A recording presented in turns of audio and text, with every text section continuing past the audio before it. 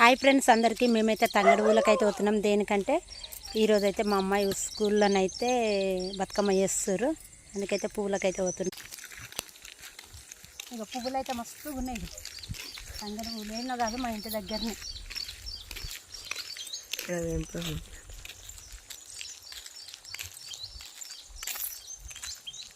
ఓ సరిపోతాయి నాన్న, పైనకు బాగున్నాయి నాన్న, కానీ ఉత్తనే ఇరుగుతాయి కొమ్మలు ఇవి. అయినా ఇవన్నీ ఎందుకురా, కొన్ని చాలు. ఏదో ఇక్కడ ఒక్కటి ఉంది తెంపు. మాకైతే బతుకమ్మకైతే మస్తు తంగేడు పువ్వులు ఇక్కడ ఉన్నాయి నాన్న. ఎట్రా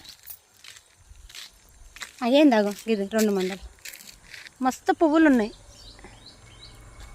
మెల్లగా అది గిట్లేరు, అవి 2 ఇరు. అది గిట్ల పక్కకు కింద పడేయకు. ఇటుదే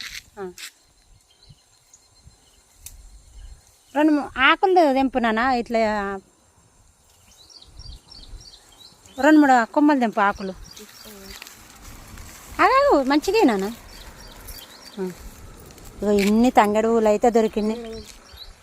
లాత ఆకులు తెంపు.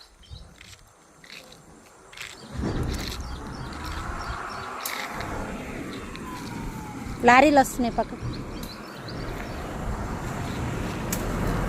చాలు ఎందుకు అంతగానో మొద్దు రానా, చాలు అంతగానో మొద్దురా.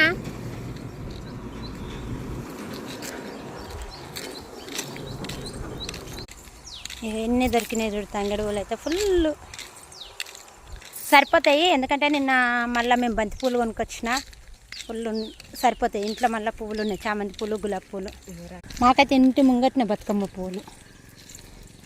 అప్పటికైతే అస్సలు దొరికారా నాన్న, ఎందుకంటే ప్రతి ఒక్కళ్ళు ఇక రోడ్డుకు ఉన్నాయి కదా ఇవన్నీ.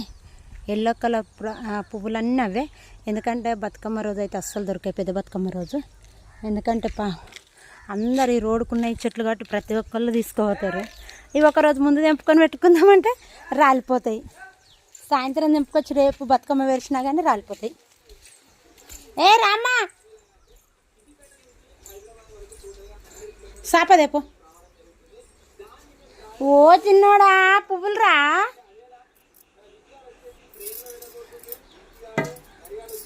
ఏ సాపదా నానే. ఇవైతే పువ్వులు అయితే తెచ్చిన.